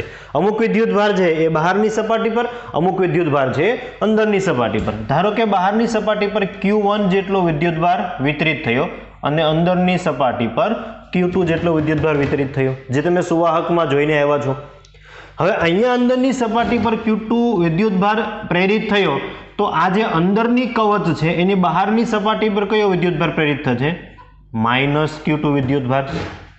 અહીંયા કયો વિદ્યુતભાર પ્રેરિત થશે? +q2 વિદ્યુતભાર પ્રેરિત થશે. પણ આ તો કેવો થઈ ગયો હશે? અંદર તટસ્થ થઈ ગયો હશે. કેમ? તો કે ગ્રાઉન્ડ કરેલો છે એટલે આ વિદ્યુતભાર અહીંયાથી કેન્સલ થઈ જશે. તો હવે તમારી પાસે જુઓ કેટલા વિદ્યુતભાર વધ્યા? 3 વિદ્યુતભાર વધ્યા. કેપેસિટરની 2 પ્લેટ પર સમાન મૂલ્યના વિદ્યુતભાર કેવા હશે? વિરુદ્ધ હશે. તો અહીંયા તમે જુઓ Q2 અને -Q2 બંને વચ્ચેનું માધ્યમ હું ધારી લો ε0. તો એક કેપેસિટર કોની વચ્ચે બન્યું? Q2 અને -Q2. હવે આ તો એકલો અટુલો વિદ્યુતભાર છે કવચ પર, તો એને તમે ગોળાનું કેપેસિટન્સ તરીકે લઈ શકો. તો એ સમયે આ જે બહારની કવચ છે, બહારની સપાટી, એ કોની સાથે પેર બનાવશે? તો કે અનંત અંતર સાથે પેર બનાવશે. એટલે અહીંયા દાખલા તરીકે આપણે લખીએ V ઇન્ફાઇનાઇટ ઇક્વલ ટુ 0. તો V અનંત અને Q1 આની વચ્ચે એક કેપેસિટર, Q2 અને -Q2 એની વચ્ચે એક કેપેસિટર, વચ્ચેનું માધ્યમ કયું? શૂન્યાવકાશ. અહીંયા પણ માધ્યમ તો શૂન્યાવકાશ જ છે. હવે આ કેપેસિટર શામાં જોઈન થયેલા છે, શ્રેણીમાં કે સમાંતરમાં, એ સમજવું ખૂબ જરૂરી છે. હું પહેલા બેને કેપેસિટન્સ લખી દઉં. Q1 આ તો માત્ર એક જ વિદ્યુતભાર છે, એને કોની સાથે પેર બનાવી હશે? અનંત અંતર સાથે. તો એક જ ગોળાનો કેપેસિટન્સ, ત્રિજ્યા કેટલી છે? R1. તો એ સૂત્ર શું થઈ જશે? ધારો કે આ બહારની સપાટીનું જે કેપેસિટર છે એને આપણે C1 કહીએ, અને અહીંયા આગળ જે બને છે એને આપણે C2 કહીએ. જો આમાં એવું લાગે કે શ્રેણીમાં જોઈન થઈ હશે, પણ એવું નથી. C1 મારે લખવું હોય તો શું લખી શકું? એ તો એકમાં ગોળો છે માત્ર, 4πε0 R1. અને C2 તરીકે મારે લખવું હોય તો C2 તરીકે આપણે લખી શકીએ હમણાં જે આપણે તાર્યું તે કવચની અંદરની સપાટી અને અહીંયા કવચની બહારની સપાટી જે અંદર કવચ હતી તે. જો સમાન મૂલ્યનો વિદ્યુતભાર વિરુદ્ધ છે Q2 અને -Q2, તો હમણાં જ આપણે સમીકરણ તાર્યું 4πε0 અંશમાં ત્રિજ્યાઓનો ગુણાકાર, તો R1 R2 છેદમાં ડિફરન્સ, મોટી ત્રિજ્યા કઈ છે? R1. તો અહીંયા લખીએ R1 - R2. આ સમજો પહેલા તો બે કેપેસિટર મેં કેવી રીતે તૈયાર કરેલા છે. પ્યોર JEE નીટનો આ કોન્સેપ્ટ છે. મેં શું કર્યું, આ વિદ્યુતભારને Q અહીંયા પ્લેસ કર્યો, એટલે બહારની જે કવચ છે એની બંને સપાટી પર વિદ્યુતભાર વિતરિત થયો Q1 અને Q2. એ હંમેશા કેવી રીતે હશે? Q = Q1 + Q2 જ હશે. બેનો સરવાળો કરે એટલે Q જેટલો જ થાય. હવે તો કે અહીંયા Q2 વિદ્યુતભાર છે, તો અહીંયા કયો હશે? -Q2. અહીંયા કયો છે? +Q2. પણ અહીંયા તમે ગ્રાઉન્ડ કરી દીધું એટલે એ તો નીકળી ગયું. હવે શું થાય તો કે -Q2 અને +Q2 વચ્ચે એક કેપેસિટર R1 અને R2 ત્રિજ્યાનો, તો એ મેં લખી દીધું C2. આ જે Q1 વિદ્યુતભાર છે એને તમે એક ગોળા તરીકે લઈ શકો, જેમ કે એક સુવાહક ગોળોને ઉપર તમે વિદ્યુતભાર વિતરિત કરી દો, દાખલા તરીકે પૃથ્વી, તો એનો બીજી પ્લેટ હોય એને ક્યાં તમે ધારી શકો? અનંત અંતરે ધારી શકો. ઓકે, હવે બંને કેપેસિટર શામાં જોઈન થયેલા છે એ તમારે જોવાનું છે. તો આપણે એવું ધારીએ થોડા સમય માટે કે આ પોઈન્ટ પર પોટેન્શિયલ છે એ V છે. આ V પોટેન્શિયલ છે. અહીંયા આગળ પોટેન્શિયલ કેટલો હશે? 0, કેમ કે ગ્રાઉન્ડ કરેલું છે. તો હવે કેવી રીતે છે એ જુઓ તમે. C2 જે કેપેસિટર છે, C2 કેપેસિટર એને -Q2 પર કેટલો પોટેન્શિયલ થઈ જશે? અહીંયા આગળનો પોટેન્શિયલ મારે આપવો તો કેટલો આપી શકું? 0 વોલ્ટ. અહીંયા કેટલો આપણે ધાર્યો? V volt. તો એક પ્લેટ પર 0 વોલ્ટ છે અને બીજી પ્લેટ એટલે કે Q2 પર કેટલો પોટેન્શિયલ છે? V. ઇન શોર્ટ આપણું એક જે કેપેસિટર બન્યું C2, આ ધારો કે C2 કેપેસિટર છે, તો અહીંયા પોટેન્શિયલ ડિફરન્સ કેટલો છે? V. આ બાજુ ગ્રાઉન્ડ થઈ એટલે અહીંયા આગળ કેટલો છે? તો કે 0 વોલ્ટ. આ C2. હવે વાત કરીએ C1 ની, તો C1 ની એક પ્લેટ પર કેટલું પોટેન્શિયલ છે? V. બીજી પ્લેટ ક્યાં આપણે ધારી? અનંત અંતરે. તો અનંત અંતરે સ્થિતિમાન કેટલું હોય? 0. તો આ થઈ ગયું મારું C1. એની એક પ્લેટ પર સ્થિતિમાન કેટલું આપણે ધારી શકીએ? તો કે V. બીજી પ્લેટ પર સ્થિતિમાન કેટલું અનંત અંતરે? તો કે 0. આ છેડો ક્યાં હશે? અનંત અંતરે. આ છેડો આપણે શું કર્યો છે? ગ્રાઉન્ડ કરેલો છે. હવે સમાન સ્થિતિમાન હોય તો તમે સામાન્ય રીતે જોડી શકો આવી રીતે. આ પણ સમાન સ્થિતિમાન છે, તો આ બંને શામાં જોઈન થઈ ગયા છે? સમાંતરની અંદર, બરાબર? C1 અને C2. તો અહીંયા મારે લખવું હોય કુલ કેપેસિટન્સ C ઇક્વિવેલન્ટ. જો આવી કન્ડિશન હોય તો C ઇક્વિવેલન્ટ બરાબર શું થઈ જશે? C1 + C2. સમાંતરમાં બંનેનો સરવાળો થાય. તો 4πε0 R1 + 4πε0 R1 R2 divide by R1 - R2. તો 4πε0 કોમન કાઢીએ, R1 - R2 ને લસા લઈએ તો અહીંયા ગુણાશે, તો આ થઈ જશે 4πε0. આ તો મેં કોમન કાઢી લીધું, તો અહીંયા શું વધે? R1 સાથે આ ગુણાશે એટલે કે R1² - R1 R2. R1 - R2 R1 સાથે ગુણ્યા પ્લસ 4πε0 કોમન, તો plus R1 R2 whole divide by R1 - R2. તો હવે આપણને C ઇક્વિવેલન્ટ કેવું મળી જશે? 4πε0 R1 R2 cancel, r1² divide by r1 minus r2. તો આ રિઝલ્ટ છે એ રિઝલ્ટ તમે ડાયરેક્ટ યાદ રાખી શકો છો. જેડબલઈ માટે તારવણી મહત્વની છે. એ લોકોને લાંબા એક્ઝામ્પલ આ ટાઈપના આવતા હોય છે. નીટવાળા ખાલી કોન્સેપ્ટ સમજો, તમે ડાયરેક્ટ સમીકરણ યાદ રાખો તો પણ વાંધો નથી. એટલે હવે તમને એવો જ્યારે પ્રશ્ન કરવામાં આવે કે ગોળીય કેપેસિટરનું કેપેસિટન્સ કેટલું, ત્યારે તમારે એક પ્રશ્ન એ કરવાનો છે કે બહારની સપાટીને અર્થ કરી છે કે અંદરની સપાટીને. જો બહારની સપાટીને અર્થ કરી હશે તો 4πε0 r1 r2 divide by r1 minus r2, અને અંદરની સપાટી જો ગ્રાઉન્ડ કરેલી હશે તો શું થઈ જશે? 4πε0 r1² r1 માઇનસ r2. એટલે ગોળીય કેપેસિટરનું કેપેસિટરના સૂત્ર અલગ અલગ હોઈ શકે. એ કોના પર ડિપેન્ડ કરે છે? તમે કવચની કઈ સપાટીને ગ્રાઉન્ડ કરો છો એના પર. મેં તમને બંને કેસ તમારી સામે રાખી દીધા. મેજોરિટી 99% કેસની અંદર બહારની સપાટી ગ્રાઉન્ડ કરેલી હોય છે, જે એનસીઆરટી ની અંદર એક્ઝામ્પલ આપણને આપેલા છે તે. આ જ પ્રકારનું એક એક્ઝામ્પલ જોઈએ આપણે. તો મારી પાસે બે ગોળાઓ છે, સુવાહક ગોળાઓ, બરાબર, અલગ કરેલા છે. એને આપણે સિમ્પલ તાર વડે જોડીએ તો એક કેપેસિટર તૈયાર થાય. અને તમને એવું કીધું છે કે એનું કેપેસિટન્સ કેટલું હશે તે શોધો. પહેલો ગોળો છે એની ત્રિજ્યા r1, એના પર વિદ્યુતભાર q1. બીજો ગોળો r2, એના પર વિદ્યુતભાર છે q2. તો હવે તમને પ્રશ્ન એમ થાય કે આની એક પ્લેટ લઈ, આની એક પ્લેટ લઈને સુવાહક તાર વડે જોડી દઈએ. એમ ક્યારેય કેપેસિટર તૈયાર થતું નથી. બરાબર, ફરી રિપીટ કરું છું. આ જે કેપેસિટર હશે એનો બીજી એક પ્લેટ છે તમારે ક્યાં ધારવી પડે? અનંત અંતરે, કેમ કે ગોળો કેવો કરેલો છે? અલગ કરેલો છે. આનું કેપેસિટન્સ મારે લખવું હોય તાર વડે, પછી આપણે જોડીએ. પહેલાનું કેપેસિટન્સ લખીએ. એક ગોળો છે તો એનું કેપેસિટન્સ, ધારો કે આને આપણે C1 કહીએ, તો C1 ઇક્વલ ટુ મારે શું લખી શકીએ? 4πε0 r1 ગોળાનું કેપેસિટન્સ. જ્યારે બીજી એક ક્યાં આપણે ધારીએ છીએ? અનંત અંતરે. સેકન્ડને હું કોના વડે લખી શકું? તો કે એને હું લખું C2 is equal two 4πε0 r2. હવે કન્ડિશન જુઓ, કંઈક આના જેવી જ થાય છે. બરાબર, અહીંયા આગળ પોટેન્શિયલ બેયના કેવા થઈ ગયા હશે? એક સરખા. આના આ C1 ની આપણે વાત કરીએ તો જો આવી રીતે થયું. આ કેપેસિટર કેવી રીતે થાય જુઓ તમે. આ કેપેસિટર, આ થઈ ગયું C1.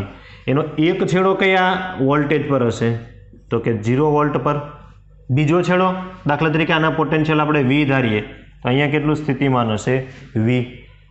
બરાબર, આનંત અંતરે V ઇન્ફાઇનાઇટ કેવું થઈ ગયું હશે? 0. આ ગોળા માટે. હવે અલગ કરેલો બીજો ગોળો છે તો એના માટે તે V ઇન્ફાઇનાઇટ કેવું હશે? 0. એટલે કે એક પ્લેટ કયા સ્થિતિમાન તરફ હશે? 0 સ્થિતિમાન તરફ. તો આપણે C2 ની વાત કરીએ, એની એક પ્લેટ ક્યાં આગળ હશે? 0 વોલ્ટેજ પર. બીજી પ્લેટ ક્યાં આગળ હશે? તો કે V વોલ્ટેજ પર. હવે એક સરખા પોટેન્શિયલ છે ને તમે જોઈન કરી શકો તો VV ને જોઈન કરી દો અને આ 0 0 ને જોઈન કરી દો. આશામાં જોઈન થઈ ગયા બંને કેપેસિટર. તો કે સમાંતરમાં જોઈન થઈ ગયા. બરાબર, કોઈએ આવી રીતે જોડાણ વિચારવાનું નથી. તો પણ થાય તો સમાંતરમાં. આ 0 વોલ્ટ, આ 0 વોલ્ટ અને આ V વોલ્ટ. તો 0 0 ને તમે જોઈન કરી દો આવી રીતે તો આ શ્રેણીમાં ન થાય. યાદ રાખજો, આશામાં થાય. સમાંતરમાં બંને પોઈન્ટ એક જ છે અને એક પોઈન્ટ વચ્ચે તમારે આકૃતિ આવી રીતે ડ્રો કરવી પડે. ફરી રિપીટ કરું છું, વિદ્યુતભાર આમાંથી ફ્લો ક્યારેય થઈ શકવાનો નથી. તો આપણે ફાઇન્ડ કરવાનું છે આ બંનેનું C ઇક્વિવેલન્ટ. તો સમાંતર માટે C ઇક્વિવેલન્ટનું સમીકરણ શું થઈ જાય? C1 plus C2. તો આ થઈ જશે 4πε0 r1 પ્લસ r2. તો આ પ્રકારના એક્ઝામ્પલ છે એ ગોળીય કેપેસિટરની અંદર બની શકતા હોય છે. આ બંને એક્ઝામ્પલ છે એ એક લેવલથી અપના મેં તમને કરાવેલા છે. જે સિમ્પલ એક્ઝામ્પલો છે એની અંદર તમને શું આપવામાં આવશે? બહારની જે પ્લેટ છે એ જ ગ્રાઉન્ડ કરેલી હશે. એટલે તમારે કોઈ એવી ચિંતા કરવાની નથી. જે એનસીઆરટી લેવલ છે તે, એનાથી આપણે થોડાક આગળ વધીએ, અંદરની પ્લેટને ગ્રાઉન્ડ કરીએ તો કેપેસિટન્સ કંઈક આવી રીતે મળે. અને બંને ગોળાને જો આવી રીતે જોઈન કર્યા હોય તો કેવી રીતે કેપેસિટર તૈયાર થાય એ મેં તમને સમજાવ્યું. તો સરખી રીતે નોટ ડાઉન કરો, પછી આગળની થિયરી જોઈએ.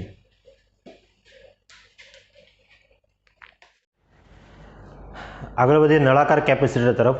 આમાં આપણે વધારે કેસ નહીં જોઈએ, જેટલું મહત્વનું છે એટલું હું તમને કરાવું. નળાકાર કેપેસિટરની અંદર આગળ જે કવચ હતી એના જેવું જ અહીંયા બે નળાકાર હશે. વચ્ચે કોઈ માધ્યમ હોય તો ઠીક છે, નહીંતર શૂન્યાવકાશ આપણે ધારી લઈએ. અત્યારે જે મેં ધારેલું છે એ માધ્યમ કયું છે? શૂન્યાવકાશ છે. બરાબર, બે નળાકારની વચ્ચેનું માધ્યમ કયું છે? શૂન્યાવકાશ. બંને નળાકારની લંબાઈ L, બહારના નળાકારની ત્રિજ્યા R1, અંદરના નળાકારની ત્રિજ્યા R2. તમે જો બહારના નળાકારને ગ્રાઉન્ડ કરો તો કેપેસિટન્સનું સમીકરણ શું થઈ જશે? 2πε0 length divide by ln r1 divide by r2. આ સમીકરણ છે એ તમારે યાદ રાખવાનું છે, જેવી રીતે ગોળાના કેસની અંદર હતું તે રીતે જ. બોર્ડની અંદર આમ જોઈએ તો કંઈ મહત્વનું નથી, કેમ કે નળાકાર કેપેસિટરનો એક દાખલો છે વધારાના સ્વાધ્યાયમાં આપ્યો હતો, 2.32 નંબરનો દાખલો છે, વધારાના સ્વાધ્યાયમાં છે, એટલે આપણી તો માત્ર જાણકારી માટે જ છે, પણ કોમ્પિટિટિવ એક્ઝામની તૈયારી કરતા છોકરાઓ માટે આ મહત્વનું છે. તો સ્વાધ્યાય 2.32, એક નળાકાર કેપેસિટરમાં બે સમઅક્ષીય નળાકારોની લંબાઈ 15 સેન્ટીમીટર છે, લેન્થ આપી દીધી છે, ત્રિજ્યાઓ 1.5 સેન્ટીમીટર અને 1.4 સેન્ટીમીટર છે.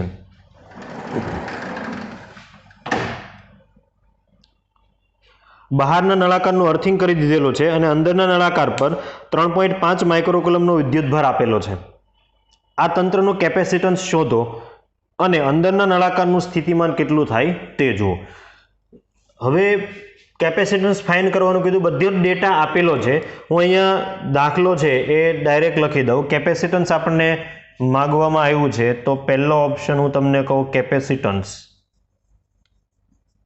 તો સમીકરણ છે C is equal to 2πε0 L, એમ એ લખેલું જ છે, divide by ln r1 divide by r2. આપણે એમાં કિંમતો મૂકવાની છે. 2πε0 એટલે 8.85 into 10 to the power -12 into length. તો લંબાઈ તમને આપી 15 સેન્ટીમીટર, તો આપણે એને લખી શકીએ 0.15 metre divide by, generally log આપણે નહીં જોઈ શકીએ તો એને તમે ln નહીં જોઈ શકીએ, બરાબર. લોગ જોવું હોય તો આને કેટલા વડે ગુણી દેવાનું? 2.303. તો હવે હું શું લખી શકું?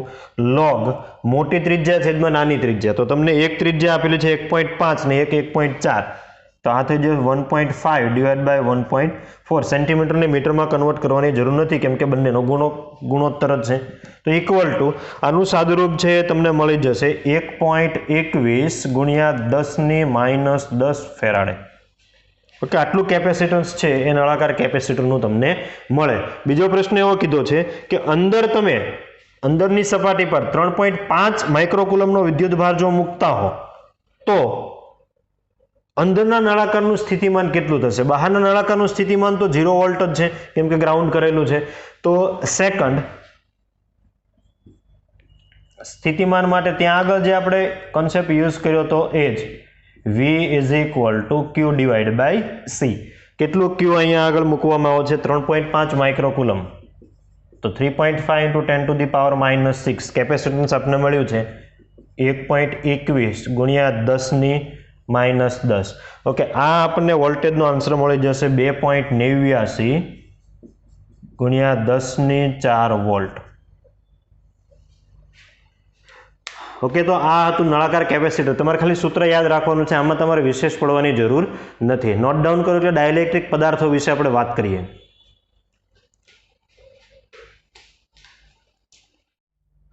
તો ગોળાકાર અને નળાકાર કેપેસિટર ભણ્યા પછી હવે આજે થિયરી જે લાસ્ટ ભણવાની છે એ છે ડાઇલેક્ટ્રિક અને ધ્રુવીભવન. ટોપિકનું નામ છે ડાઇલેક્ટ્રિક પદાર્થો અને ધ્રુવીભવન. ડાઇલેક્ટ્રિક પદાર્થો એટલે શું? તો કે સિમ્પલ, જેટલા અવાહક પદાર્થ છે બધાને તમે શું કહી શકો? ડાઇલેક્ટ્રિક પદાર્થ કહી શકો. સંપૂર્ણ થિયરી છે એ થિયરીને મેં અલગ અલગ પોઈન્ટ્સમાં લખેલી છે, જે પોઈન્ટ તમારે સરખી રીતે તમારી બુકની અંદર લખવાના રહેશે. એક એક પોઈન્ટ એક્ઝામ માટે મહત્વનો છે, એ પછી કોઈ પણ પ્રકારની એક્ઝામ હોય તો થિયરી છે એટલે આપણે વ્યવસ્થિત રીતે સમજવી જરૂરી છે.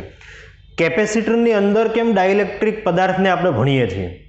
સીધો મતલબ આપણે એમ કરી શકીએ કે આ અવાહક પદાર્થો જેને આપણે ડાઇલેક્ટ્રિક કહીએ છીએ એનું કેપેસિટરની અંદર કંઈક મહત્વ તો હોવું જોઈએ, તો અને તો જ આપણા સિલેબસની અંદર આપણે એ ભણતા હોઈએ.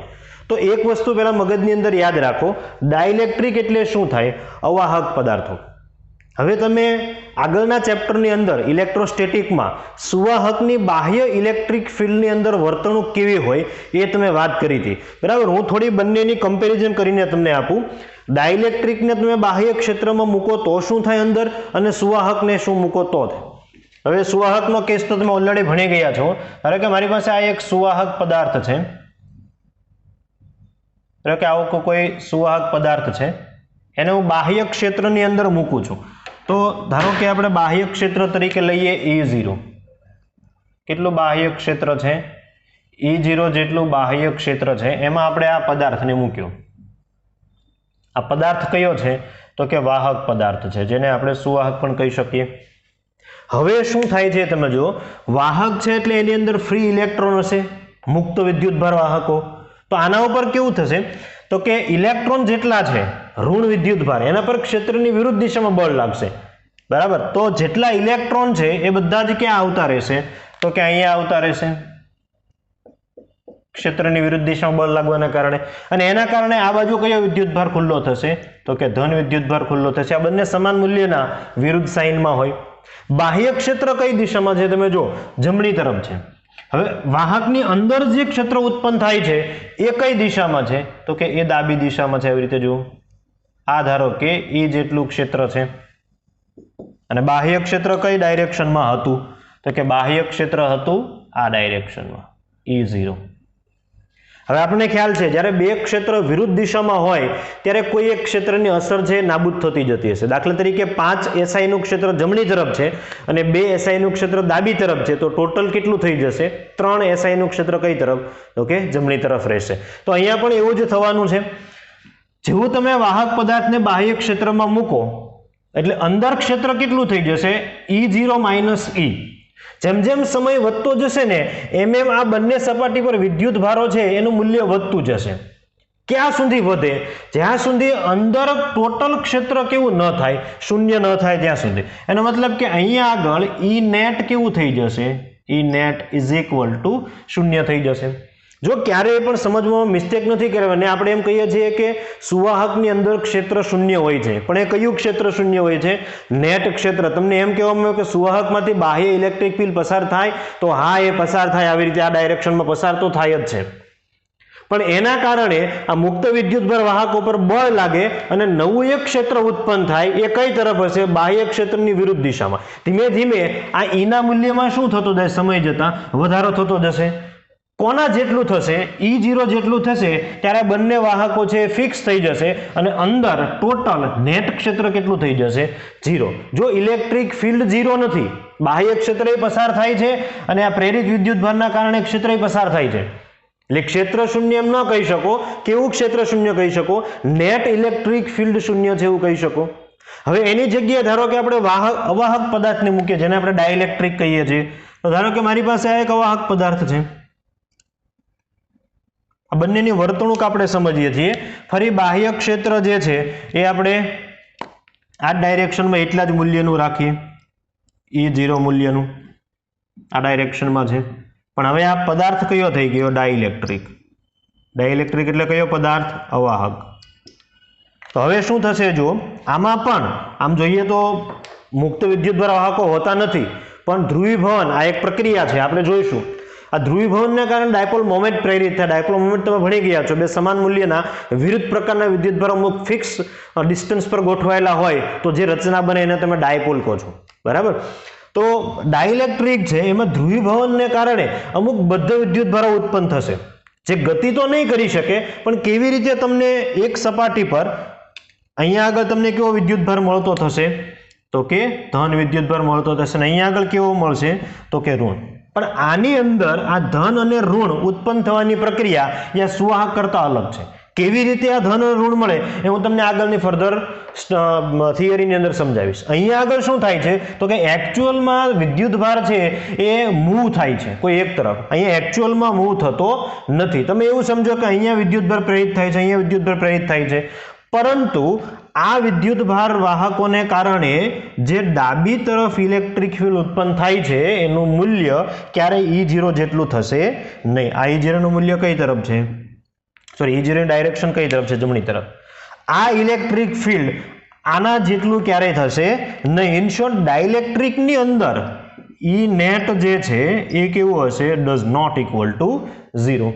બરાબર. મેં બંનેના ડિફરન્સ તમને કીધા કે તમે વાહક પદાર્થને જ્યારે બાહ્ય ક્ષેત્રમાં મૂકો ત્યારે શું થાય? E net ઇક્વલ ટુ 0, અને ડાઇલેક્ટ્રિકને મૂકો ત્યારે E net does not equal to 0. તો આ જે વિદ્યુત ભાર છે ધન અને ઋણ એ કેવી રીતે આવે છે એ પણ આજે આપણે સમજવાનું છે. આ મેથડથી આવવાના નથી. બરાબર યાદ રાખજો તમે. આ બોથ આર ડિફરન્ટ થિંગ્સ.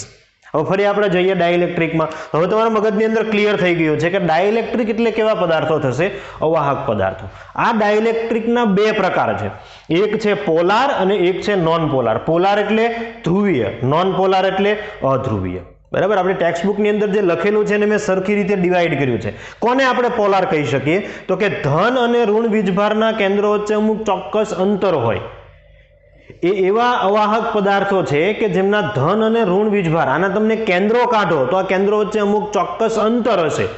દાખલા તરીકે HCl, તો H પ્લસ Cl માઇનસ, જો આ બંને વચ્ચે કંઈક ડિસ્ટન્સ છે.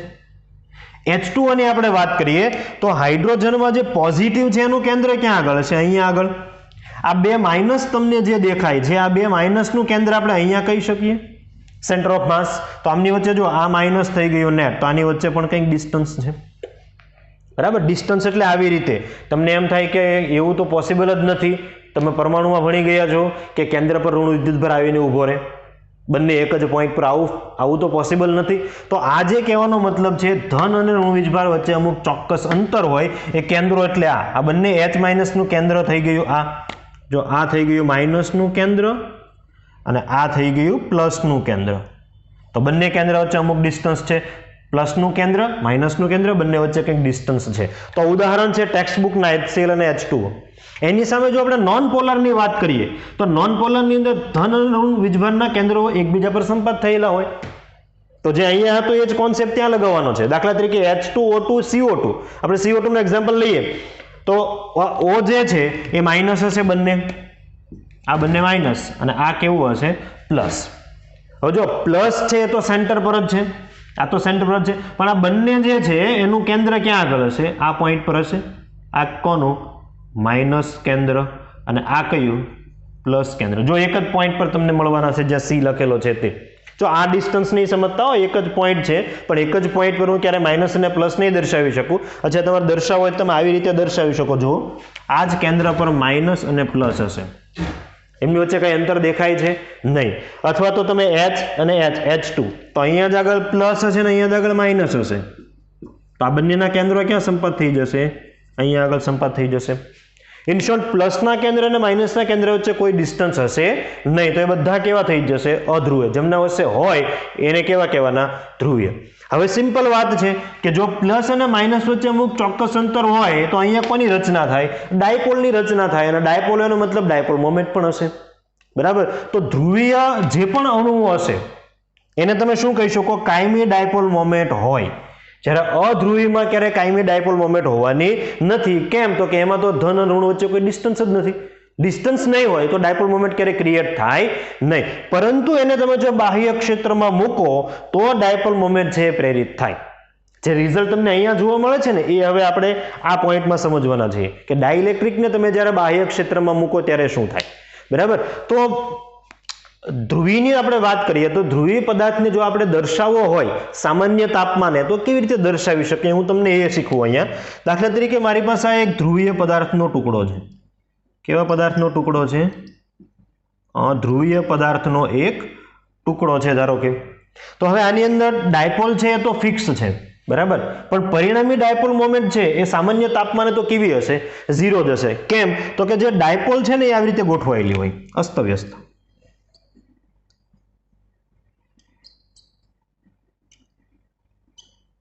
હું પ્લસ માઇનસ પણ દર્શાવું તો તમને વધારે ખ્યાલ આવે.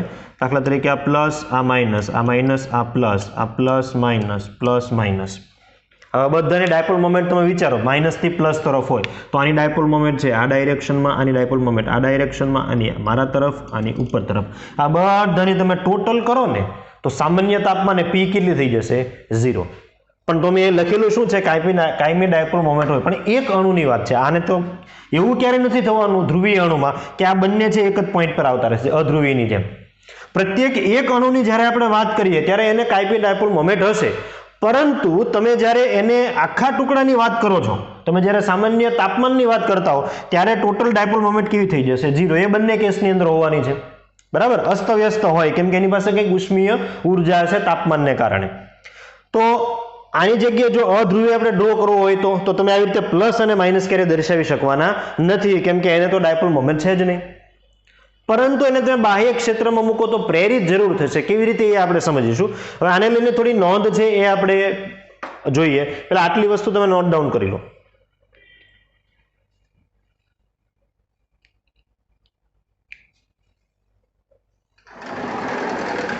ઓકે, તો જે ભણ્યા એને લઈને આપણે થોડી નોટ્સ જોઈએ.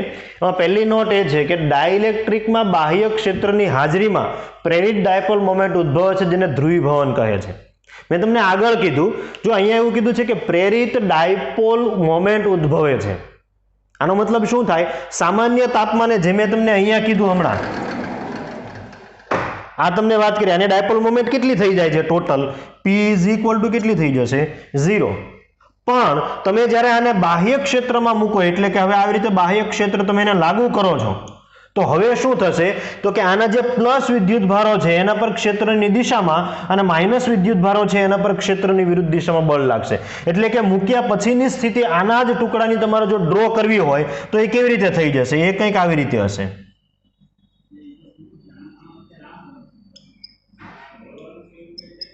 હવે શું થશે? જો બાહ્ય ક્ષેત્ર આપણું કઈ ડાયરેક્શનમાં હતું? જમણી તરફ હતું. આ બાહ્ય ક્ષેત્ર બરાબર જોતા જજો. તો આ પ્લસ પ્લસ પ્લસ અને પ્લસ બધા ધન વિદ્યુત ભાર કઈ તરફ બળ લાગશે? બાહ્ય ક્ષેત્રની દિશામાં. ઋણ વિદ્યુત ભાર પર બાહ્ય ક્ષેત્રની વિરુદ્ધ દિશામાં. હવે તમે જુઓ, આ પ્લસ છે, માઇનસને કેન્સલ કરે, પ્લસ માઇનસને, આ પ્લસને કેન્સલ કરવાવાળો આગળ માઇનસ છે નહીં, આ માઇનસને કેન્સલ કરવાવાળો એના પાછળ પ્લસ નથી. એનો મતલબ તમને આ એક સરફેસ પર કયો વિદ્યુત ભાર મળી જશે? નેટ પ્લસ વિદ્યુત ભાર મળી જશે. અને લેફ્ટ હેન્ડ સાઈડની સરફેસ પર કયો વિદ્યુત ભાર મળી જશે? માઇનસ, જે અમુક ફિક્સ ડિસ્ટન્સ પર હશે. તો અહીંયા આગળ P does not equal to 0. એટલે જ્યારે તમે ધ્રુવીય પદાર્થ હોય કે અધ્રુવીય પદાર્થ હોય, બરાબર, એને તમે જ્યારે બાહ્ય ક્ષેત્રમાં મૂકો ત્યારે આવી રીતે ડાયપોલ ક્રિએટ થશે, બરાબર, અને પરિણામે તમને ડાયપોલ મોમેન્ટ મળશે, 0 નહીં હોય. તો આ જે ઘટના છે એને આપણે શું કહેવાનું છે? તો કે ધ્રુવીભવન કહેવાનું છે. પછી સેકન્ડ, આ ધ્રુવીભવનનો આધાર કોના પર છે? તો કે ડાયપોલની સ્થિતિ ઉર્જા. ડાયપોલની સ્થિતિ ઉર્જા અને ડાયપોલની ઉષ્મી ઉર્જા, આ બંનેનું કંઈક ને કંઈક મહત્વ છે. ડાયપોલની સ્થિતિ ઉર્જા, સ્થિતિ ઉર્જાનું વર્ક શું છે? તો કે કોઈ પણ વસ્તુને સ્થાયી કરવી, બરાબર, ઇક્વિલિબ્રિયમ સ્થિતિમાં લાવવું. આ કોનું કામ છે? સ્થિતિ ઉર્જાનું. અને ઉષ્મા ઉર્જાનું કામ શું છે? એ ઇક્વિલિબ્રિયમ હોય એને વેરવિખેર કરવું, એને ડિસ્ટર્બ કરવું. તો હવે શું થાય તમે જુઓ, કેટલું ધ્રુવીભવન થશે કોઈ ટુકડામાં. દાખલા તરીકે મારી પાસે આ એક ટુકડો છે, આને હું બાહ્ય ક્ષેત્રમાં મૂકીશ તો આની અંદર કેટલી ડાયપોલ મોમેન્ટ ક્રિએટ થશે? એનો આધાર બે વસ્તુ પર છે. એક છે સ્થિતિ ઉર્જા. સ્થિતિ ઉર્જાનું વર્ક શું છે? તો એનું વર્ક છે ડાયપોલને ક્ષેત્રને સમાંતર ગોઠવે. જેની સ્થિતિ ઉર્જા વધારે એમાં ડાયપોલ વધારે સરળતાથી ગોઠવાઈ જશે. અને ઉષ્મીય ઉર્જા, ઉષ્મીય ઉર્જાનું કામ શું છે? તો કે આ જે ગોઠવણ છે એને શું કરવાનું? વિખેરવાનું કામ કરે છે. તો ધ્રુવીભવનનો આધાર જે તે મટીરીયલ હોય એના અણુઓની સ્થિતિ ઉર્જા અને એની ઉષ્મી ઉર્જા. તમે તાપમાન બદલાવશો તો ઉષ્મી ઉર્જા બદલાશે. એનો મતલબ તાપમાન બદલાવશો તો શું બદલાઈ જશે? ધ્રુવીભવન બદલાઈ જશે. ત્રીજો પોઈન્ટ છે, ડાઇલેક્ટ્રિકમાં પ્રેરિત ડાયપોલ મોમેન્ટ જો બાહ્ય ક્ષેત્રની દિશામાં હોય અને ક્ષેત્રની તીવ્રતાના સમપ્રમાણમાં હોય તો આવો જે પણ ડાઇલેક્ટ્રિક છે એને કહેવાય રેખીય સમદિગ્ધર્મી ડાઇલેક્ટ્રિક.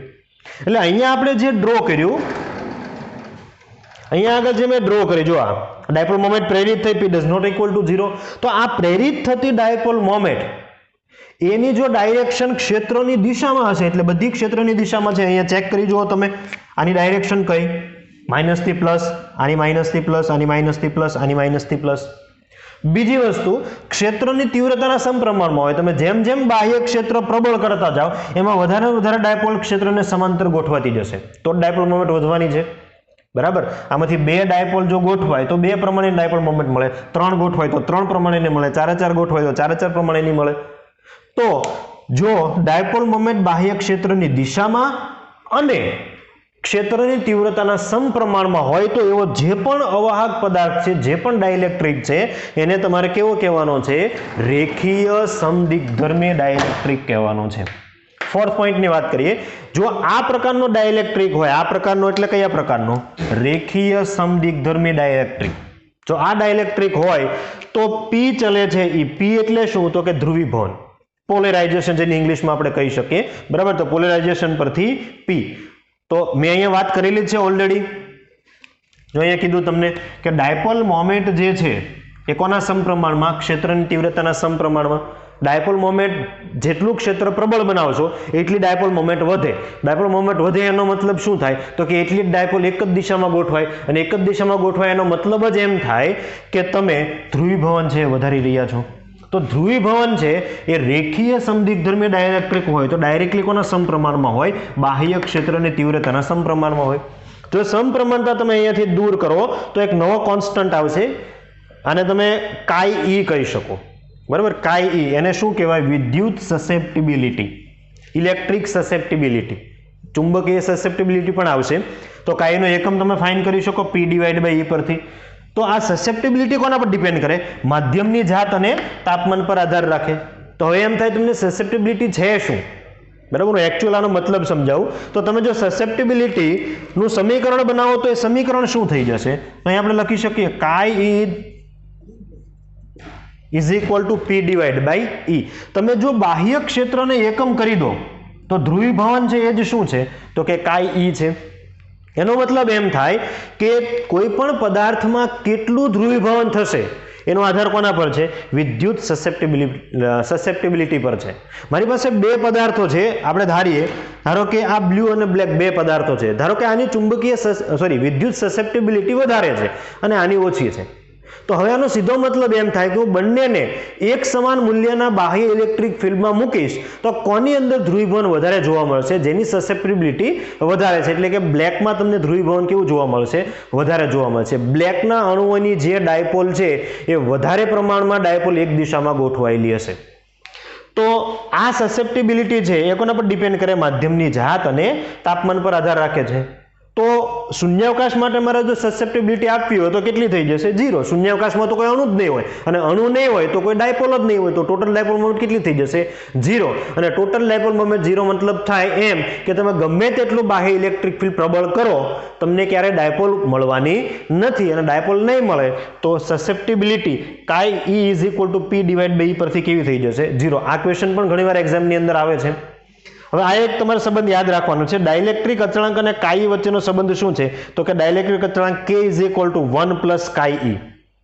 બરાબર, ઘણીવાર તમને એવું કહેવામાં આવે છે કે કાઈ ઈ તમને આપી દીધી હોય અને તમને એવું કહેવામાં આવે કે ડાઇલેક્ટ્રિક અચળાંક છે એનું મૂલ્ય શોધો, અથવા તો K આપી દીધો હોય અને કાઈ ઈ માંગેલો હોય. તો આ સમીકરણ યાદ રાખવાનું છે. શોર્ટ MCQ માટે ઘણીવાર આનો ઉપયોગ તમે કરી શકો છો. તો આટલી વસ્તુને સરખી રીતે નોટ ડાઉન કરો, પછી આપણે આની આ થિયરીને થોડી હજુ આગળ લઈ જઈએ.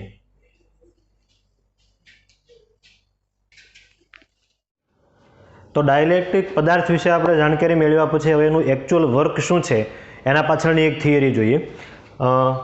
બે પ્લેટની વચ્ચે ડાઇલેક્ટ્રિક પદાર્થને મૂકીએ તો શું અસર થાય એ. અહીંયા આપણે રેખીય ડાઇલેક્ટ્રિક ધ્યાનમાં લઈએ તો સામાન્ય તાપમાને જ્યારે બાહ્ય ક્ષેત્ર શૂન્ય હોય, બાહ્ય ક્ષેત્રમાં જ્યારે તમે પદાર્થને નથી મૂકેલો ત્યારે બધી જ ડાયપોલ છે, આ એક અણુ એટલે એક ડાયપોલ એવું તમે વિચારી શકો. બરાબર, અણુ પાસે ધન અને ઋણ બંને વિદ્યુતભાર હોવાના છે. તો એક અણુને એક ડાયપોલ તમે વિચારો તો ધન અને ઋણ વચ્ચે કંઈક અંતર છે એટલે ડાયપોલ મોમેન્ટ પણ છે. તો બધી ડાયપોલ તમે જો અસ્તવ્યસ્ત ગોઠવાયેલી છે. તો આ કેસની અંદર મેં તમને આગળ સમજાવ્યું તે પ્રમાણે કુલ ડાયપોલ મોમેન્ટની જો તમે વાત કરતા હો, કુલ ડાયપોલ મોમેન્ટ તો એ કેવી થઈ જશે? 0.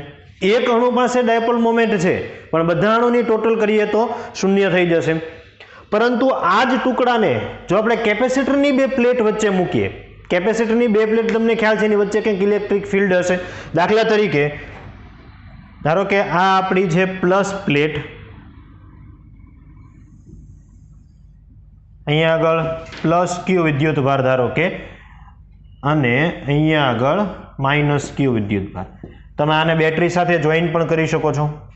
બરાબર, બેટરી સાથે જોઈન કરો તો પ્લસ બાજુ અને માઇનસ બાજુ. હવે આપણે એમ કહી શકીએ કે ડાઇલેક્ટ્રિકને બાહ્ય ઇલેક્ટ્રિક ફિલ્ડમાં મૂકેલો છે.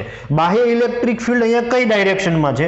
પ્લસ થી માઇનસ. તો અહીંયા લખી દઉં છું બાહ્ય ઇલેક્ટ્રિક ફિલ્ડ આપણે E ધારીએ અથવા તો E0 ધારીએ. બરાબર, આ E0 ક્યારનું છે? જ્યારે પદાર્થ વચ્ચે નથી ત્યારનું, એટલે શૂન્યાવકાશ હતો ત્યારનું ઇલેક્ટ્રિક ફિલ્ડ. હવે પદાર્થને મૂકીએ છીએ તો શું થશે એ જુઓ. આ બધી જ ડાયપોલ પાસે ધન અને ઋણ બંને વિદ્યુતભાર છે. જેવા તમે એ બધા જ વિદ્યુતભાર ક્ષેત્રની અસર હેઠળ આવે એટલે F is equal two QE મુજબ બળ લાગે. તો હવે બધી જ ડાયપોલના ધન વિદ્યુત ભાર પર કઈ દિશામાં બળ લાગશે? જમણી તરફ ક્ષેત્રની દિશામાં. અને ઋણ વિદ્યુત ભાર પર કઈ દિશામાં બળ લાગશે? ડાબી તરફ ક્ષેત્રની વિરુદ્ધ દિશામાં. ઇન શોર્ટ, બાહ્ય ક્ષેત્રમાં મૂક્યા પછી આ સેમ તમને જે ડાઇલેક્ટ્રિક દેખાય છે એ કંઈક આવી રીતે તમને જોવા મળશે. બહુ બધી ડાયપોલો અહીંયા સેમ્પલ તરીકે થોડી ડાયપોલ મેં ધ્યાનમાં લીધી છે. જેટલા અણુ એટલી ડાયપોલ તમે વિચારી શકો. તો હવે શું થશે? બધી જ ડાયપોલના ધન વિદ્યુત ભાર છે એ કઈ તરફ ગોઠવાઈ જશે? જમણી તરફ. અને ઋણ વિદ્યુત ભાર કઈ તરફ ગોઠવાઈ જશે? ડાબી તરફ. જો આગળ પણ વાત કરી હતી આપણે કે અવાહક પદાર્થોની અંદર મુક્ત વિદ્યુતભાર વાહકો હોતા નથી. જેવી રીતે તારની અંદર ઇલેક્ટ્રોન ગતિ કરતા હોય એવી રીતે આ કોઈ ગતિ કરી શકવાના નથી. એ મેં તમને પહેલા પણ કીધું હતું. અહીંયા માત્ર થશે શું તો કે પોતાની જગ્યા પર જે અસ્તવ્યસ્ત ગોઠવાયેલા હશે એ એક સીધી ડાયરેક્શનમાં ગોઠવાઈ જશે. આ બધી ડાયપોલ મોમેન્ટની ડાયરેક્શન તમે જુઓ કઈ તરફ છે? તો માઇનસથી પ્લસ, માઇનસથી પ્લસ, માઇનસથી પ્લસ, એટલે કે ક્ષેત્રની દિશામાં. એટલે બધી ડાયપોલ મોમેન્ટનો હવે શું થશે? સરવાળો. તો હવે તમે જ્યારે બાહ્ય ક્ષેત્રની વાત કરતા હો તો કુલ ડાયપોલ મોમેન્ટ P નેટ કેવું થઈ જશે? Does not equal to 0. Polarisation માટે કેપિટલ P યુઝ કર્યો છે મેં, ડાયપોલ મોમેન્ટ માટે સ્મોલ p. હવે આગળ વધીએ. અહીંયા તમે જુઓ આ પહેલી ડાયપોલનો જે પ્લસ છે એ બીજી ડાયપોલના માઇનસ સાથે કેન્સલ થઈ જશે. એક જ પદાર્થ હશે તો ધન ઋણ વીજભાર હશે તો એક સરખો જ, માત્ર સાઇન અલગ હશે. ફરી રિપીટ કરું છું. પહેલી ડાયપોલનો પ્લસ બીજી ડાયપોલના માઇનસ વડે કેન્સલ થાય. બીજી ડાયપોલનો પ્લસ ત્રીજી ડાયપોલના માઇનસ વડે કેન્સલ થાય. ત્રીજી ડાયપોલનો પ્લસ આગળની કોઈ ડાયપોલ છે ખરા? નહીં, તો એ કેન્સલ થશે નહીં. કોઈ પણ લાઈનમાં આવું જ થશે. તમે જુઓ પહેલી ડાયપોલનો પ્લસ બીજી ડાયપોલના માઇનસ વડે કેન્સલ થાય. બીજી ડાયપોલનો પ્લસ ત્રીજી ડાયપોલના માઇનસ વડે કેન્સલ થાય. ત્રીજી ડાયપોલનો પ્લસ કોઈના વડે કેન્સલ થાય ડાયપોલ અહીંયા આગળ છે નહીં.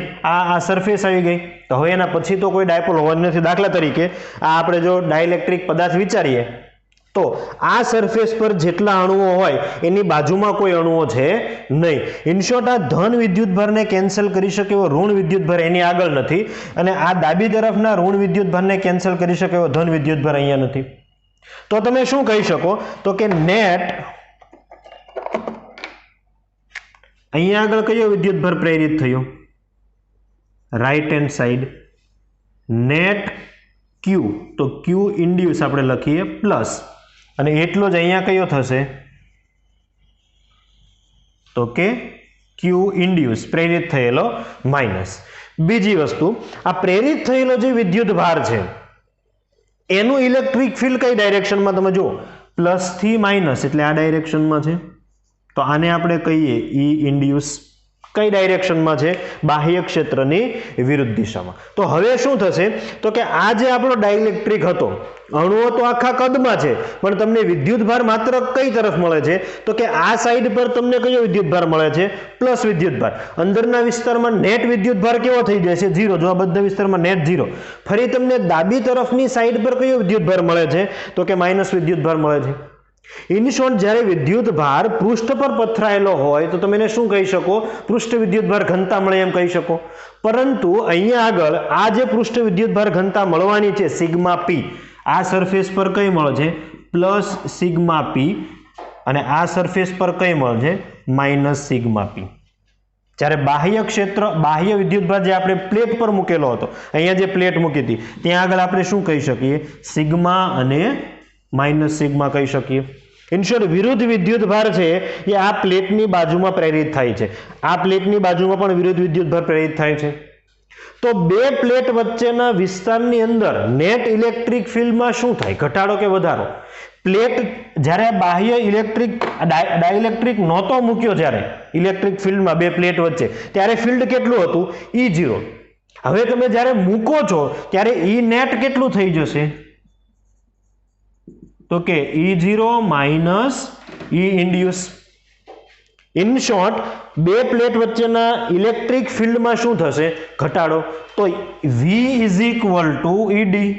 આના મુજબ E ઘટે તો V માં પણ ઘટાડો થાય, અને V ઘટે તો C is equal to Q divide by V મુજબ V ઘટે તો કેપેસિટીમાં શું થાય? વધારો. હવે આપણો એમ છે અહીંયા થોડો ક્લિયર થયો. તમે જુઓ, ડાઇલેક્ટ્રિક આપણે એટલે ભણીએ છીએ કે તમે જ્યારે ડાઇલેક્ટ્રિક ને કેપેસિટરની બે પ્લેટ વચ્ચે મૂકો ને ત્યારે બે પ્લેટ વચ્ચેના વિસ્તારમાં ઇલેક્ટ્રિક ફિલ્ડમાં ઘટાડો થજો માઇનસ EI છે. ઇલેક્ટ્રિક ફિલ્ડ ઘટે એટલે પોટેન્શિયલ પણ ઘટે, અને પોટેન્શિયલ ઘટે તો કેપેસિટીમાં શું થાય? C is equal to Q by V મુજબ વધારો.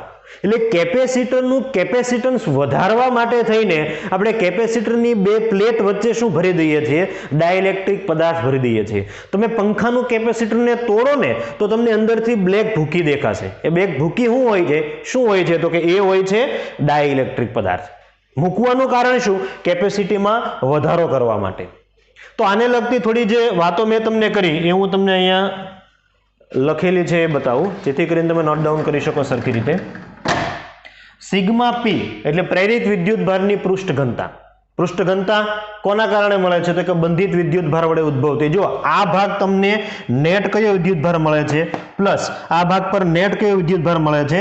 માઇનસ. યાદ કરો શરૂઆતની થિયરી જ્યારે મેં તમને એમ કીધું હતું કે સુવાહક અને અવાહકની બાહ્ય ક્ષેત્રમાં વર્તણૂક, તો સુવાહકની અંદર તો એકચ્યુઅલમાં વિદ્યુતભાર ગતિ કરે છે, અવાહકની અંદર પણ તમને આવી વસ્તુ તો થતી જ. હમણાં મેં આકૃતિ ડ્રો કરી હતી શરૂઆતના ભાગમાં. ધારો કે અવાહક પદાર્થ છે, આ બાહ્ય ક્ષેત્ર તમે મૂકો છો તો અહીંયા આગળ કયો વિદ્યુતભાર મળે છે? પ્લસ, અને આ બાજુ કેવો મળે છે? માઇનસ. આ કેવી રીતે મળે છે? તો એ મેં અહીંયા તમને દર્શાવ્યું. આ સાઈડ પ્લસ મળે છે, આ સાઈડ માઇનસ મળે છે. આમ થવાનું કારણ આ વિદ્યુતભાર વાહકોની ગતિ છે? નહીં, વિદ્યુતભાર વાહકોની ગતિ નથી. આ બધા જ વિદ્યુતભાર વાહકો કેવા છે? બંધિત છે. તો એકબીજાની અસર નાબૂદ થવાના કારણે તમને એક સરફેસ પર પ્લસ મળે છે, બીજી સરફેસ પર માઇનસ મળે છે. પછી જે આ પ્રેરિત વિદ્યુતભાર વડે ઉદ્ભવતું ક્ષેત્ર બાહ્ય ક્ષેત્રનો વિરોધ કરે છે, જે મેં તમને અહીંયા દર્શાવ્યું. બાહ્ય ક્ષેત્ર જમણી તરફ છે, પ્રેરિત ક્ષેત્ર ડાબી તરફ છે. તો બે પ્લેટ વચ્ચેના વિસ્તારમાં કુલ ક્ષેત્રમાં શું થાય? ઘટાડો. કુલ ક્ષેત્રમાં ઘટાડો થાય એમ V ઇઝ ઇક્વલ ટુ કુલ પોટેન્શિયલમાં પણ ઘટાડો થશે.